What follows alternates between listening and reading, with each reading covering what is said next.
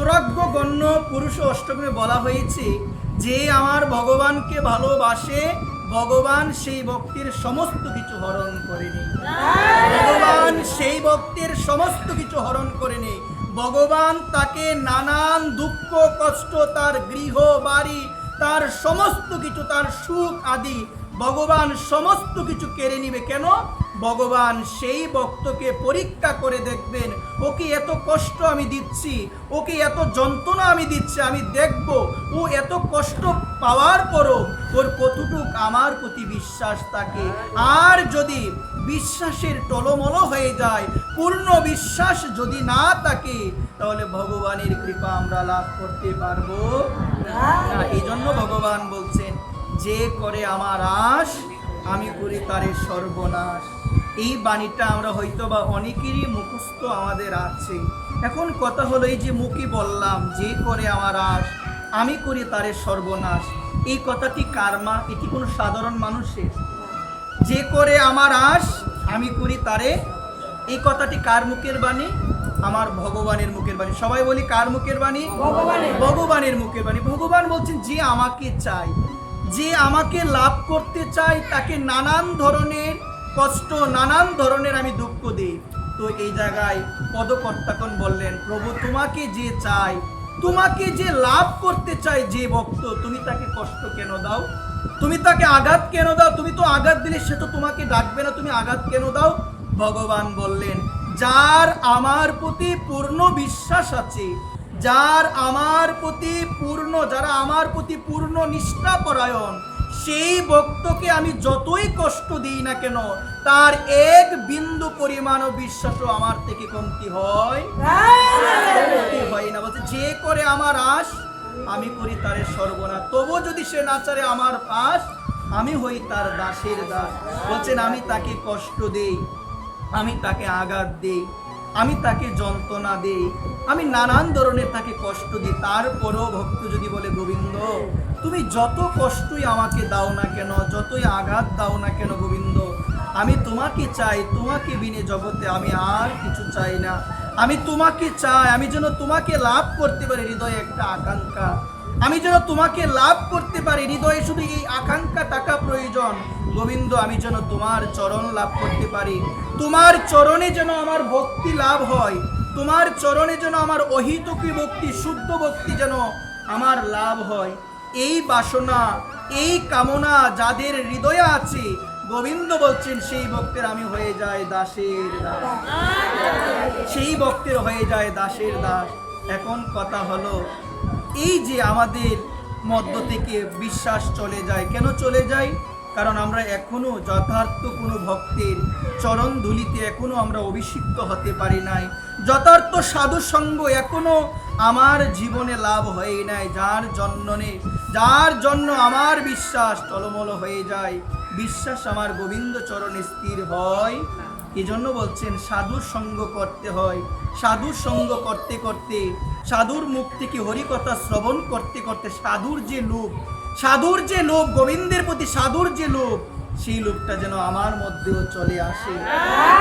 আকাঙ্ক্ষা নেই, গোবিন্দকে পাওয়ার একটাই উপলব্ধ। শাস্ত্র বললেন, গোবিন্দকে পাওয়ার একটাই মূল্য। যদি কারো হৃদয়ে গভীর আকাঙ্ক্ষা থাকে, যদি কারো হৃদয়ে গভীর আকাঙ্ক্ষা থাকে যে কৃষ্ণ আমি যেন তোমাকে লাভ করতে পারি, হা রাধে আমি যেন তোমাকে লাভ করতে পারি, এই আকাঙ্ক্ষা যাদের হৃদয়ে এসেছে, বুঝবেন একদিন না একদিন তারা রাধারানীর চরণ লাভ করতে।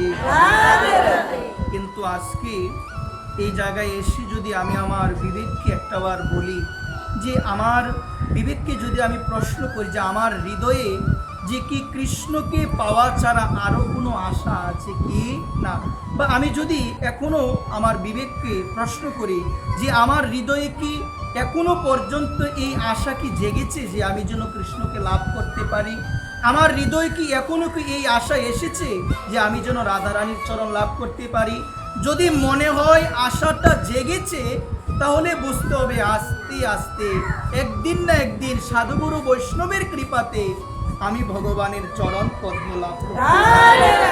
কিন্তু যদি মনে হয় এখনো আমার হৃদয়ে নানান ধরনের বাসনা, এখনো আমার হৃদয়ে নানান ধরনের সাংসারিক কামনা। বুঝতে হবে যে আমাকে বারংবার এই জগতে আসতে হবে আর যেতে হবে। এই জন্য আমার বিনোদ বিহারী বাবাজি মহারাজ বলছেন, ভজন হোক বা না হোক, কিন্তু সংসারের প্রতি যেন কোনো আসক্তি না থাকে, সেটি ছেলে হোক, সেটি মেয়ে হোক, সেটি স্বামী হোক।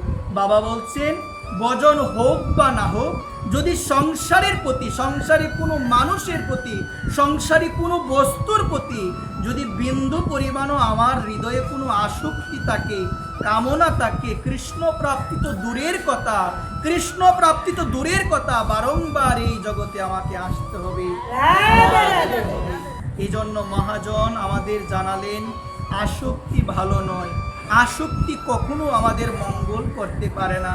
এই জন্য শ্রী নরোত্তম দাস ঠাকুর তার প্রেমভক্তি চন্দ্রিকায় আমাদের জানালেন, কাম কৃষ্ণ কর্মার্পণে। বলছেন আমাদের যে কাম রয়েছে, সুধীবৃন্দ আমরা একটু ধ্যান দিয়ে শুনি, আমাদের হৃদয়ে যে স্বরূপ রয়েছে, শ্রী নরোত্তম দাস ঠাকুর প্রেমভক্তির মহাজন তিনি আমাদের জানালেন এই স্বরূপকে ভগবানের সেবাতে লাগাতে হবে। কার সেবাতে লাগাতে হবে? ভগবানের সেবাতে লাগাতে হবে। কামকেও ভগবানের সেবাতে লাগাতে হবে। কিন্তু কামনা বাসনা এত সহজে হৃদয় থেকে আমাদের দূরে যাবে না। এই জন্য বলছেন সাধুর সঙ্গ করতে করতে আমার হৃদয় থেকে মোহ মায়া আস্তে আস্তে দূরে যাবে। কারণ সাধুর সঙ্গ যেখানে হয় সেখানে হরিকথা আলোচনা হয়, আর যেখানে হরিকথা আলোচনা হয় ওই হরিকথা শ্রবণ করতে করতে আমার হৃদয় থেকে সুধীবৃন্দ আস্তে আস্তে মোহমায়া হৃদয় থেকে দূরে যাবে। আর মোহমায়া যদি হৃদয় থেকে দূরে না যায়, কখনো আমি সঙ্গকে জয়লাভ করতে পারবো, কখনো সঙ্গ জয়লাভ করতে পারবো না। আমার কুসঙ্গ হবে, আমার নানান ধরনের আজে বাজে সঙ্গ হবে। এই জন্য মা আপনাদের রাতুল চরণে একটি জিনিস আমি নিবেদন করি বলি, একটু ধ্যানপূর্বক আমরা শ্রবণ করার চেষ্টা করি। আমার গীতার মধ্যে আমার ভগবান অনাদিরাদি গোবিন্দ বলছেন যে কোন ভক্ত ভগবানের চরণ লাভ করতে পারবে, এই শ্লোকটি হলো তার প্রমাণ। এই শ্লোকটি যে যত হৃদয়ে ধারণ করতে পারবে ভগবত চরণ সান্নিধ্যে সে তত তাড়াতাড়ি পৌঁছাতে পারবে। শ্রীমদ্ ভগবত গীতার পঞ্চদশ অধ্যায়ে আমার ভগবান বলছেন, নির্মাণ মোহা জিত সঙ্গ দোষা অধ্যাত্ম নিত্যা বিনিবৃত্ত কামা দ্বন্দ্বই বিমুক্তা সুখ দুঃখ সঙ্গই গচ্ছন্ত মোরা পদমভ্যয়ন্ত। আমার ভগবান বলছে নির্মাণ মোহা জিত সঙ্গ দোষা। এই জায়গায় বলছে নির্মাণ মোহা, সুধীবৃন্দ যে সম্পূর্ণরূপে মায়া মোহ থেকে নিজেকে মুক্ত করতে পেরেছে। এখন কথা হলো মা, আমরা বর্তমান জগতে একটা জিনিস দেখতে পাই, সংসারে আমাদের সবার হৃদয়ে আসক্তি পরিপূর্ণ, মায়ায় পরিপূর্ণ, মোহে পরিপূর্ণ। আমাদের মোহটা গোবিন্দের প্রতি এখনো হতে পারে না, এখনো হয় নাই মা। আমাদের মোহটা রয়েছে এই সংসারে। কিন্তু মা বলছেন আমাদের শরীরে যখন জ্বর হয় থার্মোমিটারের মাধ্যমে বোঝা যায় শরীরে কত ডিগ্রি জ্বর রয়েছে। ঠিক তদ্রূপ মা এই জায়গার মধ্যে বললেন এই শ্লোকটা যে যত হৃদয়ে ধারণ করতে পেরেছে, যে সাধক এই শ্লোকটা হৃদয়ে যত ধারণ করতে পেরেছে, বুঝতে হবে সে তত তাড়াতাড়ি ভগবানের চরণ সান্নিধ্য লাভ করতে পারবে। নির্মাণ মোহা জিত সঙ্গ দোষা, নির্মাণ মোহা যাদের হৃদয় থেকে মা, যাদের হৃদয় থেকে সম্পূর্ণরূপে পাপ দূরে গিয়েছে, যাদের হৃদয় থেকে সম্পূর্ণরূপে মোহ মায়া দূরে গিয়েছে। সুধীবৃন্দ এই কথাটি একটু আমাদের ধ্যানপূর্বক জানা প্রয়োজন। যদি মোহ থেকে মুক্ত না হতে পারি, সঙ্গ দোষ থেকে মুক্ত হতে পারবো না। মোহ যদি হৃদয়ে থাকে, নানান ধরনের সঙ্গ আমার হবে, নানান ধরনের সঙ্গ হবে। এক জায়গায় বসে কথা বললে সমালোচনা আসে, এক জায়গায় বসে কথা বললে একে অপরের নিন্দা আসে, এক জায়গায় কথা বললে নানান ধরনের দুশ্চর্চা আলোচনা হয়। তো বলছেন আমরা কেন এই আলোচনাগুলো করি? কারণ আমরা মোহ থেকে মুক্ত হতে পারি ভগবানের মুখের বাণী। এখন ওই মোহ থেকে মুক্ত কিভাবে হওয়া যায়? বলছেন যথার্থ ভক্ত সঙ্গ করতে হবে, সাধু সঙ্গ করতে হবে। সাধুর সঙ্গে গেলে হরিকথা আলোচনা হবে। ওই হরিকথা শ্রবণ করতে করতে ওই মোহ মায়া থেকে নিজেকে মুক্ত করা যায় আস্তে আস্তে। হরি কথা শ্রবণ করতে করতে মোহ মায়া থেকে মুক্ত হওয়া যায় সুধীবৃন্দ। এই জন্য নরোত্তম দাস ঠাকুর বলছেন, আমাদের যে কাম, ক্রোধ, লোভ, মদ, মোহ, মাৎসর্য, এই ষড়রিপু রয়েছে সুধীবৃন্দ, এই ষড়রিপুকে তিনি বলছেন তার প্রেমভক্তি চন্দ্রিকার মধ্যে ভগবানের সেবাতে লাগাতে হবে। কামকেও ভগবানের সেবাতে লাগানো যায়। কাম কৃষ্ণ কর্মার্পণে, কৃষ্ণ কর্মে কামকে লাগাতে হবে। যে আমার সংসারের কোনো কামনা নাই, বাসনা নাই, যে সংসারে আমার এই সমৃদ্ধ হবে, আমি এত টাকার মালিক হব, এত ঐশ্বর্যের মালিক হব, ওই ধরনের কোনো কামনা সংসারে আমার নাই। আমার একমাত্র কামনা হলো, হে জগন্নাথ, হে রাধারানী, তোমার চরণে যেন আমার অহিতকী ভক্তি লাভ হয়, এই কামনা বিনে আমার অন্য কোনো কামনা নাই। আর যতদিন মা ওই কামনা বিনে সংসারের কোনো কামনা যদি হৃদয়ে থাকে, আমাকে বারংবার দুঃখ কষ্ট পেতে হবে, এই জগৎ সংসারে বারংবার আসতে হবে। গীতারই বাণী, গীতার মধ্যে ভগবান বলছেন এই জন্য একদিনে সম্ভব নয়, আস্তে আস্তে ক্রমাগতভাবে। মা এখন আমরা যদি বলি আমার দ্বারা কি মায়া ত্যাগ করা সম্ভব? এমনও সাংসারিক অনেক ভক্ত আছে যারা সর্বদা ভগবানের নামে চিন্তনে ডুবে থাকে, যারা মায়াকে অনেক দূরে রেখেছেন, সংসারে আছেন বটে কিন্তু এত আসক্তি তাদের হৃদয়ে, সংসারে আছেন বটে কিন্তু তারা সর্বদা কৃষ্ণ চিন্তনে, নিতাই চিন্তনে, গৌর চিন্তনে সর্বদা তারা নিমগ্ন থাকে। আজে বাজে কোনো চিন্তা তাদের হৃদয়ে নাই। এই জন্য মা বলছেন এই মোহমায়াকে দূর করতে গেলে ভক্ত সঙ্গ, সাধু সঙ্গ প্রয়োজন। এই জন্য নরোত্তম দাস ঠাকুর বলছেন কামকে সেবাতে লাগাতে হবে, কৃষ্ণ তোমাকে চাই, এই কামনা যেন হৃদয়ে থাকে। তারপরে বলেন কাম ক্রোধ হলো ভক্ত দেশীজনে, যে ভক্ত দেশীজন তার সঙ্গ করা যাবে না, যে ভক্তকে নিয়ে আজে বাজে মন্তব্য করে তার সঙ্গে থাকা যাবে না, যে ভক্ত সমালোচনা করে, সাধু নিন্দা করে। এই জায়গায় নরোত্তম দাস ঠাকুর বললেন ভক্ত দেশীজনে, বলছেন ক্রোধ থাকবে ভক্ত দেশীজনে, যেখানে ভক্ত নিন্দা, ভক্ত হিংসা হয়, সেই জায়গার মধ্যে আমাদের যাওয়া যাবে না। যদি যায় ভগবত প্রাপ্তি সম্ভব নয়। এই জন্য বলছে কামকে সেবাতে লাগানো যায়, ক্রোধকে সেবাতে লাগানো যায়। কাম, ক্রোধ, লোভ, আর লোভ থাকতে হবে সাধু সঙ্গ, হরি কথায়। জগতের কোনো ঐশ্বর্যের মধ্যে আমাদের যেন কোনো লোভ না তাকে। লোভ থাকবে কোথায়? সাধু সঙ্গ, হরি কথায়। কখন সাধু সঙ্গ হবে? সেই জায়গায় গিয়ে আমি একটু হরি কীর্তন করব, সাধু শ্রীমুখী হরিকথা শ্রবণ করব, ভাগবত কথা শ্রবণ করব, ভক্তরা একে অপরে সম্মিলিত হয়ে দুই বাহু প্রসারিত করে নিতাই নাম স্মরণ করব, গৌর নাম স্মরণ করব। এই আকাঙ্ক্ষা, এই লোভ যাদের হৃদয়ে এসেছে যে কখন হবে ভক্ত সঙ্গ, চাতক পাখি যেমন বৃষ্টি কখন হবে এই আকাঙ্ক্ষাই তাকে। তাহলে এই জায়গায় বললেন পৃথিবীর মধ্যে 4 ভাগের মধ্যে 1 ভাগ হলো স্থল, 3 ভাগ হলো জল। এত জল থাকা সত্ত্বেও চাতক পাখি সর্বদা আকাশের দিকে তাকিয়ে তাকিয়ে বলে কখন বৃষ্টি হবে, সেই বৃষ্টির মধ্যে আমি স্নাত হব। এই জন্য শাস্ত্র বলছেন ভক্ত হবে চাতক পাখির মতো। কখন হবে হরিকথা, কখন হবে সাধু সঙ্গ, সেই জায়গায় একটু বসবো, একটু হরিকথা শ্রবণ করব, একটু হরিনাম গুণকীর্তন। কারণ ওই সাধু সঙ্গ করতে করতে সাধুর যে লোক, মা বাজারে গেলে কোনো কিছু কিনতে গেলে অর্থ লাগে না মা? লাগে কিনা বলেন? তো বলছেন এই ভক্তির জগতে ভগবানকে পেতে গেল একটা জিনিস লাগে, একটা অর্থ লাগে। সেই অর্থটা কি? জাগতিক কোনো টাকা পয়সা, জাগতিক কোনো টাকা পয়সা নয়। সেই অর্থটা কি? সেটা হলো গভীর আকাঙ্ক্ষা, সেটা হলো লোল্য কৃষ্ণ, তোমাকে চাই, তোমাকে চাই কৃষ্ণ। এই বাসনা, এই আকাঙ্ক্ষা হৃদয়ে আসবে কখন?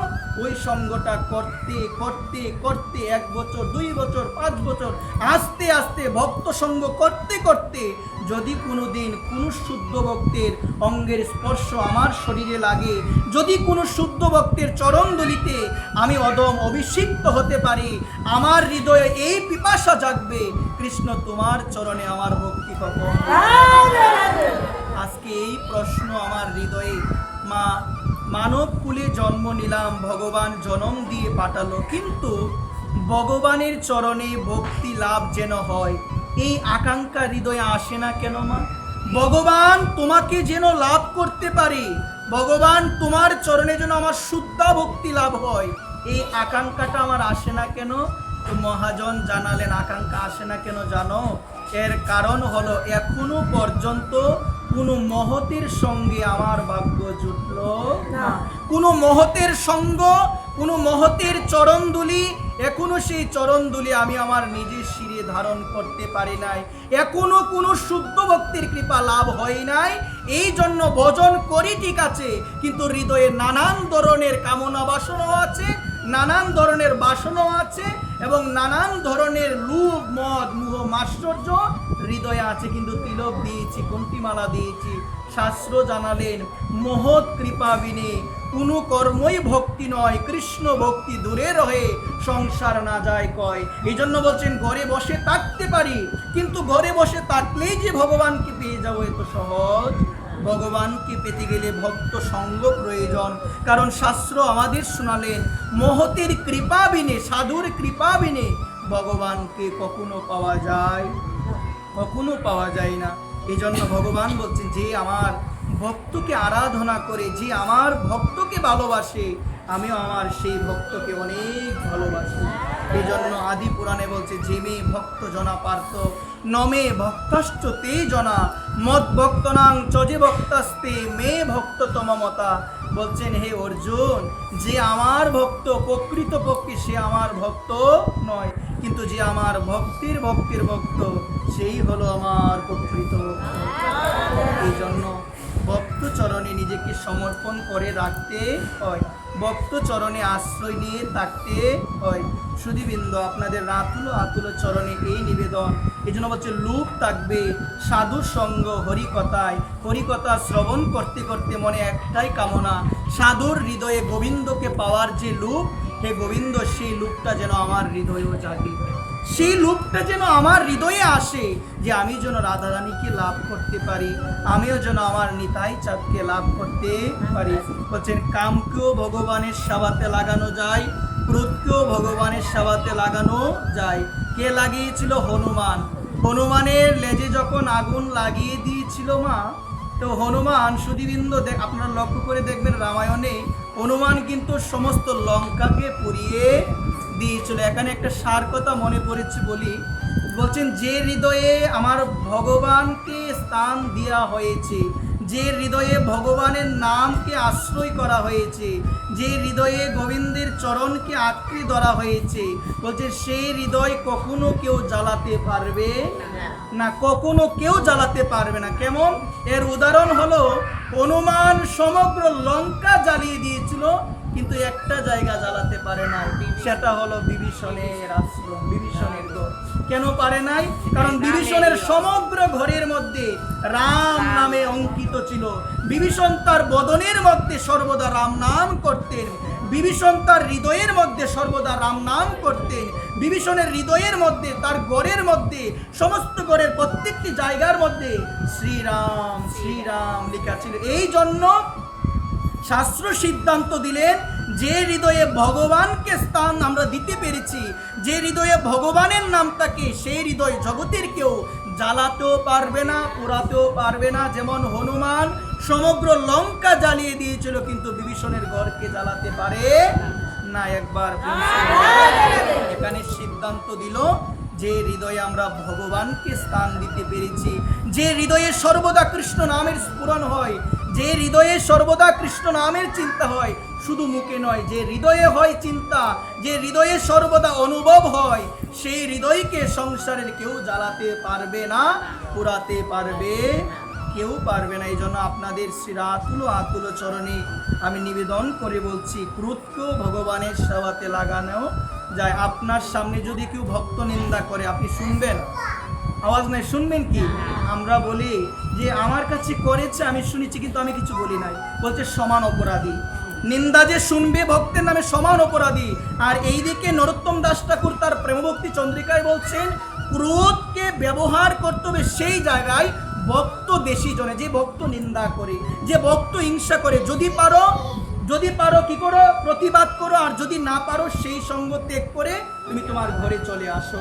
আর যদি আমি শুনি, এখন আমরা বলি আমি কিছু বলি না, আমাকে এসে বলেছে, আমি শুধু শুনেছি। বাবা তার গ্রন্থ ভক্তি ক্রমবিকাশের গ্রন্থ, ওই গ্রন্থের মধ্যে বাবা বলছেন নিন্দা যে শুনে নিন্দা যা করে সমান অপরাধী একবার বলছে কাম, ক্রোধ, লোভ, মদ। বলছে মদ কৃষ্ণ নাম গুণ কীর্তনে। বলছে মদ মানে হলো আমাদের অহংকার, অহংকার পরিণামা। বলছেন ভগবানের মতো ঐশ্বর্য জগতে কারো আছে মা? আমরা সামান্য কিছু ঐশ্বর্যের মালিক হয়ে আমরা দেখবেন বিভিন্ন ধরনের অহংকার আমরা করি, এত কিছুর মালিক হলাম, কিন্তু এই অনন্ত কোটি বিশ্ব ব্রহ্মাণ্ডের মালিক হলো ভগবান, তিনি সমগ্র ঐশ্বর্যের মালিক ভগবান।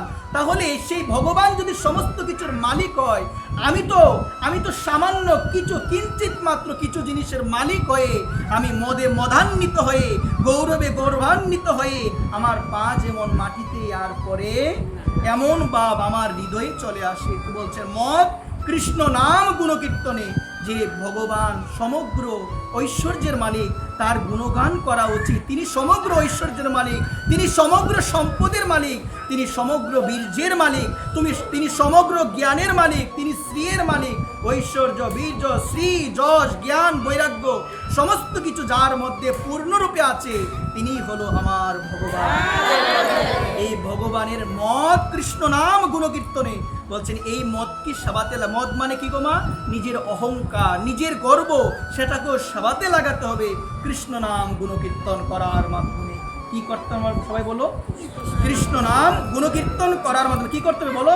কৃষ্ণ নাম গুণকীর্তন, গৌর নাম গুণকীর্তন করার মাধ্যমে আমরা মদ কৃষ্ণ নাম গুণকীর্তনে সেই মদকেও ভগবানের সেবাতে আমরা লাগাতে পারবো। বলছে মোহ ইষ্ট লাভে। বলছে মোহটা আমাদের রয়েছে এই দেহের প্রতি, এই দেহকেন্দ্রিক ছেলে মেয়ের প্রতি মোহ রয়েছে, কিন্তু ভগবানের প্রতি এখনো মোহ আমার জন্মালো না। বলছে ভগবানের প্রতি মোহ জন্মাবে কিভাবে?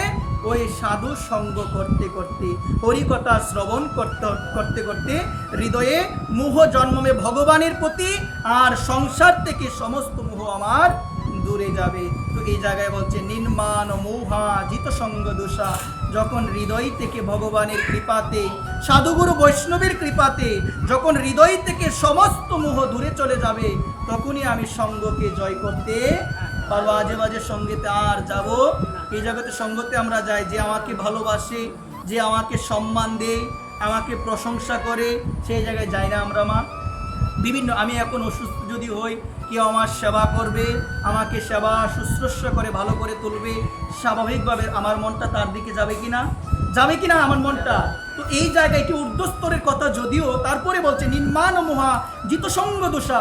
বলছে সঙ্গ দোষ তখনই দূরে যাবে যখন মায়া দূরে যাবে। মায়া যখন দূরে যাবে, সঙ্গ দোষ তখনই আমরা হৃদয় থেকে দূর করতে পারবো যখন সম্পূর্ণরূপে মোহ মায়া থেকে আমরা মুক্ত হতে পারবো। নির্মাণ মোহা জিত সঙ্গ দোষা। এই জায়গায় বলছেন জিত সঙ্গ দোষা অধ্যাত্ম নিত্যা বিনিবৃত্ত কামা। অধ্যাত্ম নিত্যা হলো নিরন্তর নাম চিন্তা, নিরন্তর স্বরূপ চিন্তন। নিরন্তর কার চিন্তা করতে হবে? নিরন্তর ভগবানের চিন্তা। আমার কলি পাবন অবতার শ্রীমান গৌর হরি যারা গৃহস্থ ভক্ত রয়েছে তাদেরকে বলছেন তিনটা জিনিস প্রতিদিন করতে হবে। এর মধ্যে এক হলো কৃষ্ণ সেবা, দ্বিতীয় হলো বৈষ্ণব সেবা, তৃতীয় হলো নিরন্তর কৃষ্ণ নাম সংকীর্তন। শুধুমাত্র মালায় জপ করলাম, মালায় জপ শেষ, এখন আজে বাজে কথা বলবো, এই কথা বলা হয় নিরন্তর কৃষ্ণ নাম। অধ্যাত্ম নিত্যা বিনিবৃত্ত কামা। যে অধ্যাত্ম নিত্যা মানেই হলো নিরন্তর নিরন্তর নাম চিন্তা। কারোর সঙ্গে কথা বলতে হবে সাংসারিক জীব, কিন্তু সেই কথা বলার মাঝখানেও মনে মনে কার চিন্তা হবে? মনে মনে কার চিন্তা? ভগবানের চিন্তা, নিতাই চিন্তা, গৌর চিন্তা হবে। অন্য কোনো চিন্তা আসবে না। কেউ একটু জায়গার মধ্যে গেল, অল্প সময়ও যদি কৃষ্ণ চিন্তা না হয়, যারা ভক্ত হয় তারা ভাববে এই সময়টা আমার অপচয় হয়ে গেল, এই সময়টা আমার কি হয়ে গেল? অপচয় হয়ে গেল। সিদ্ধ জগদীশ বাবা যখন কালীহর্তে থাকতেন, ভজন করতেন, তো বাবার মনে একদিন ইচ্ছা হলো এখানে একটা লীলাস্থলী রয়েছে, এটাকে পুনরায় সংস্কার করতে হবে। বাবার ইচ্ছাটা হৃদয়ে আসলো, বাবা কয়েকজনকে বলল যে ওই লীলাস্থলী সংস্কার করতে হবে। বাবার কথা শুনে সবাই টাকা দিতে লাগলো, বলছে বাবা যত টাকা লাগুক আমরা দিব, আপনি সংস্কার করেন। তো একদিন হয়ে গেল, বাবা পরবর্তী দিনে চিন্তা করছেন যে আমি আর এটা সংস্কারই করব না, এই জায়গার মধ্যে আমি আর থাকবো না। ভক্তদের বলেন ওই জায়গা ত্যাগ করে আমি চলে যাব। বলছে বাবা কেন চলে যাবেন? বলছেন আমার ভজন কিছু হয় না। একদিন সারা দিন আমি চিন্তা করেছি ওইটা কিভাবে সংস্কার করব, নাম চিন্তা আমার হয় নাই, স্বরূপ চিন্তা আমার হয় না। কত বড় ভক্ত হলে তারা ভাবে একটু সময়ও নাম চিন্তা ছাড়া থাকতে পারে না। তাহলে এই যে কর্মটা তিনি করবেন, কর্মটা কিন্তু সাত্বিক কর্ম। কর্মটা কি কর্ম? বৃন্দাবনে কালীহর্দের মধ্যে ওই জায়গার মধ্যে তিনি একটা স্থান রয়েছে, যে স্থানটা তিনি কি করবেন? সংস্কার করবেন। কিন্তু তিনি এত বড় ভক্ত, জগৎকে শিক্ষা দিলেন যারা সাধক হবে, যারা ভগবানকে পাওয়াই যাদের জীবনের একমাত্র উদ্দেশ্য হবে, তারা নাম চিন্তন ছাড়া একটু সময়ও থাকতে পারবে না। কোনো জায়গায় যাচ্ছে মনে মনে নাম স্মরণ, ঘরে বসে আছে বা শুয়ে আছে নাম স্মরণ, ঘুমিয়ে আছে ঘুমের মধ্যে নাম স্মরণ। ওই রকম ভক্ত বৃন্দাবনে গেলে এখনো পাওয়া যায়, বৃন্দাবনে গেলে এখনো পাওয়া যায়। মা জগদীশ বাবার জীবনী তো দেখতে পেয়েছিলাম, বাবা জগৎকে শিক্ষা দিল যে নাম চিন্তন যদি জীবনের উদ্দেশ্য হয়ে যায়, জীবনের সর্বক্ষেত্রে সর্বসময় সর্ব পরিস্থিতিতে মা কিছু যদি নাও পারি, যদি নামকে আশ্রয় করতে পারি, আর যদি মাঝে মধ্যে একটু ভক্ত সেবা বৈষ্ণব সেবা যদি দিতে পারি সাধ্য অনুযায়ী সামর্থ্য অনুযায়ী, কলিযুগে আর কিছু লাগে? আর কিছু লাগে কি? এই জন্য আমাদের এটা একান্ত করা প্রয়োজন। আমার মহাপ্রভুর বাণী, যারা তোমরা গৃহস্থ ভক্ত, প্রতিদিন তোমরা গরের সেবা দাও, কৃষ্ণ সেবা, প্রতিদিন তোমরা বৈষ্ণব সেবা যদি প্রতিদিন দেওয়া যায়, ইচ্ছে করলে 5 টাকা দিলেও সেবা হয়, 10 টাকা দিলেও কোনো বৈষ্ণবকে সেবা হয়ে যায়। তারপরে বলছে নিরন্তর তোমার শ্রীমুখে যেন কৃষ্ণ নাম সংকীর্তন, নিরন্তর। অল্প সময়ও তারা কৃষ্ণ নাম ছাড়া তারা থাকবে না কখনো। গৌর কিশোর বাবার জীবনী কথা বলে শেষ করে দিব। যখন শীতকাল ছিল, বৃন্দাবনে তো প্রচুর শীত, তো বাবা তার মনে একটা সুধীবৃন্দ, আমরা এই কথাটা একটু ধ্যান দিয়ে শুনি, তো বাবাকে একজন গুসাই একটা কম্বল দিয়েছিলেন। বলছে বাবা অনেক শীত, এই কম্বলটা বাবা তোমার কাছে রাখো, তোমার অনেক উপকারে আসবে। বাবা যখন এই কম্বলটা নিয়েছে বাবার কাছে, পরদিন এসে কম্বলটা গুসাইয়ের কাছে এসে বলছেন তোমার কম্বল তোমার কাছে তুমি রেখে দাও, তোমার কম্বল তোমার কাছে তুমি রেখে দাও। বলছে কেন বাবা, আমার কি কোনো অপরাধ হয়েছে? বলছে তোমার কোনো অপরাধ হয় নাই, কিন্তু তোমার কম্বল পেয়ে গতকাল তোমার কম্বলের মধ্যে শুয়ে আমার ভজনই হয় নাই, তোমার কম্বলে শুয়ে আমার নাম চিন্তা হয় নাই, নাম স্মরণ হয় নাই। আর আমরা কত আরাম এসে থাকতে চাই। এত সহজ নয় ভজন। কিছু করেই মনে হয় বাবা আমি যে ভজন করি হয় কিনা। এই জন্য চরিত্রগুলো এই জন্য বলছে আরো উর্ধ্বস্তরের লীলা। অনেক সময় এগুলো বললে আমাদের বুঝতে অসুবিধা হয়, উপলব্ধি করতে অসুবিধা হয়, এই জন্য আমি যাই না অনেক সময় দেখি। আজকে এটা বলার অর্থ হলো আমরা পারবো না, আমাদের ঘুমাতে হবে, সব কিছু আমাদের করতে হবে। বিশেষত আমার কথা বলি, আমি আজকে সঙ্গের অভাবে যদি আমার একটু ঘুম কম হয়, আমার মনে হয় কি আমাকে আবার একটু দিনে ভালো করে ঘুমাতে হবে, ওই রকম ইচ্ছা কিন্তু আসে। কেন আসে? এটার একমাত্র কারণ হলো নরোত্তম ঠাকুর বলছেন যথার্থ সঙ্গের অভাব থাকলে ভজন ভালোভাবে হয় না। যদি কোনো শাসনে না থাকো ভজন হবে না। ভজনটা হবে শাসনতান্ত্রিক, তোমাকে একজন শাসন করবে, তার শাসনে চালিত হয়ে ভজন করতে হবে। এখন মন চাইলে এখন মালা নেওয়ার সময় আমি এখন যে আমার ইচ্ছে, কেউ তো আমাকে কিছু বলবে না, একটু পরেও আমি নিতে পারবো। কিন্তু যখন আমার ভজনটা শাসনে পরিচালিত হবে, টাইম টু টাইম ভজন, টাইম টু টাইম প্রসাদ পাওয়া, টাইম টু টাইম লীলা স্মরণ, টাইম টু টাইম আমাকে গুরুদেবের আহ্নিক স্মরণ করা, টাইম টু টাইম ভগবানের চরণকে স্মরণ করা, সমস্ত কিছু টাইম অনুসারে হবে। একবার এখন তো আমরা বলে না মাঠের মধ্যে ছেড়ে দিল, মাঠের মধ্যে কি ছেড়ে দিল? একটা গাবি গরু ছেড়ে দিল, নিজের মতো করে কি করতে লাগলো গো?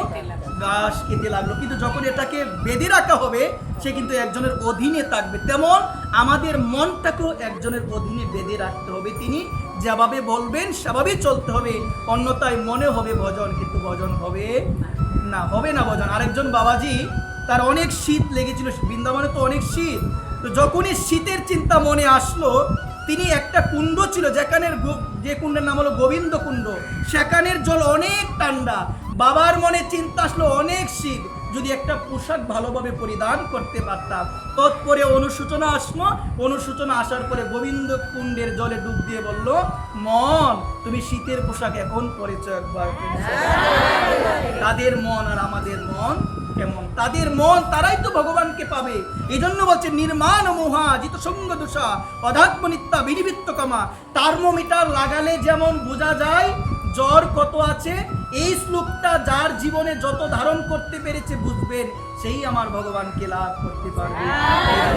সঙ্গ দোষ, যেখানে আজে বাজে কথা হয়, বারংবার একই কথা বলি, বেশি ওই জায়গায় তাকা যাবে না। আস্তে আস্তে আমি পায়ে নিবেদন করে বলি, চরণে নিবেদন করে বলি, আজে বাজে কথা বেশি বললে মহাপ্রভুর বাক্য অনুযায়ী ভক্তি নষ্ট হয়ে যাবে। আজে বাজে কথা বেশি বলা মানে সমালোচনা করা।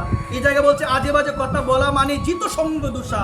এই জন্য বলছে মায়া দূরে না গেলে সমালোচনা, নিন্দা, হিংসা থেকে নিজেকে দূরে সরাতে পারবো না। হবেই হবে, কথা বললেই হবে। আজকে যদি আমি তো পাঠে বলি হিংসা করা যাবে না, নিন্দা করা যাবে না, সমালোচনা করা যাবে না। যদি আপনার সঙ্গে 1 ঘন্টা কথা বলি এর মধ্যে কিন্তু 10 জনের নামে সমালোচনা হবেই হবে। আওয়াজ না হবে কিনা? এটি আমি ভাবি, এটি আমি চিন্তা করি। এই জন্য আমাদের করণীয় হলো যথার্থ সাধু যারা আছে মা, তাদের কথাগুলো মানা উচিত এবং তাদের সঙ্গ করা উচিত। যাদের হৃদয়ে বিষয় বাসনা বেশি, গীতায় শোনালেন তাদের সঙ্গ করা যাবে না। বলছে তাদের সঙ্গ করলে তোমার ভক্তি নষ্ট হয়ে যাবে। এই জন্য সুধীবৃন্দ, আপনাদের শ্রী আতুল চরণে আমি অধম নিবেদন করি বলি, শুদ্ধ ভক্ত সঙ্গ করব এবং তাদের কাছ থেকে ধৈর্যের শিক্ষা নিব। তারা আমাদের যেভাবে পরিচালিত করবেন আমরা সেভাবেই পরিচালিত হব। এই জায়গার মধ্যে সাধুর একটা স্বভাব বলে আজকে বিশ্রাম দিয়ে দিব। জয় নিতাই, জয় গৌর, জয় রাধেশ্যাম। তো বর্তমান সময়ে আমাদের সমাজে বর্তমান প্রেক্ষাপটে কথাটা বলা, তো বর্তমান সময়ে আমরা এখন ভাবছি যে ভগবানকে বুক দিয়ে প্রসাদ পাই সে হলো বৈষ্ণব। সে কি? সবাই বলো। সে ভগবানকে বুক দিয়ে প্রসাদ পাই সে বৈষ্ণব। তো এই জায়গার মধ্যে আমরা অন্য কোনো গুণও দেখি না, অন্য কোনো আচারও দেখি না যে তার মধ্যে বৈষ্ণবত্ব আছে কিনা, তার মধ্যে বিভেদ আছে কিনা। তো এই জায়গায় আমার বিনোদ বিহারী বাবাজি মহারাজ বলছেন, ভজন হোক বা না হোক, ভজন কম হোক বা ভজন হচ্ছে না, কিন্তু কোনো জীবের প্রতি যদি বিন্দু পরিমাণ কোনো হিংসা তোমার হৃদয়ে থাকে, কোটি জন্ম কৃষ্ণচরণ লাভ হবে না। কথাটা ধ্যান দিয়ে শুনি। তো এই জায়গায় আমাকে মানুষ বলে বৈষ্ণব। কি বলে? সবাই বলো বৈষ্ণব। কেন বলে? আমি পোশাকটা পরিবর্তন করেছি। কেন বলে পোশাকটা পরিবর্তন করেছি? অনেকগুলো কণ্ঠিমালা গলায় দিয়েছি, তিলক দিয়েছি বা প্রসাদ পাওয়া হচ্ছে, এই জন্য কি বলে? সবাই বলো বৈষ্ণব। কিন্তু দেখা গেল মানুষ আমাকে বৈষ্ণব বলে, কিন্তু আমার হৃদয়ে প্রচুর পরিমাণে, কোটি পরিমাণে, লক্ষ কোটি পরিমাণে বিভেদ এবং হিংসা। আমি কি বৈষ্ণব হতে পেরেছি? আওয়াজ না হতে পেরেছি কি? আমি কি কোনোদিন ভগবানকে পাবো? এই জন্য বলছে ভক্ত হও, বিভেদ হয়ে বিভক্ত হইও না, বিভেদ সৃষ্টি করিও না কখনো। বলছেন এক গ্রামের মধ্যে 4 জন 5 জন মহিলা বৈষ্ণব হলে এদের প্রত্যেকের মধ্যে দেখবেন একটা আলাদা বিভেদ সৃষ্টি হয়ে, কি সৃষ্টি হয়ে? সবাই বলো বিভেদ। কেন বিভেদটা আসে? কেন বিভেদটা? আমার কথা হচ্ছে আমি যদি শাস্ত্রবাণীটা ভালোভাবে শুনেই থাকি তাহলে বিভেদ আসবে কোথা থেকে? আমি জগৎকে শিক্ষা দিব যে সবাই আমরা একত্রিত হয়ে থাকবো, তাহলে আমি বিভেদের সৃষ্টি কেন করি? আমি বিভেদের সৃষ্টি কেন করি? আমি একে অপরের মধ্যে আরেকজনের নামে হিংসাটা আমি চড়াই কিভাবে? আমি হিংসাটা কেন চড়াই? আমার মধ্যে এখনো ভক্তি তত্ত্ব জাগরিতই হয় নাই।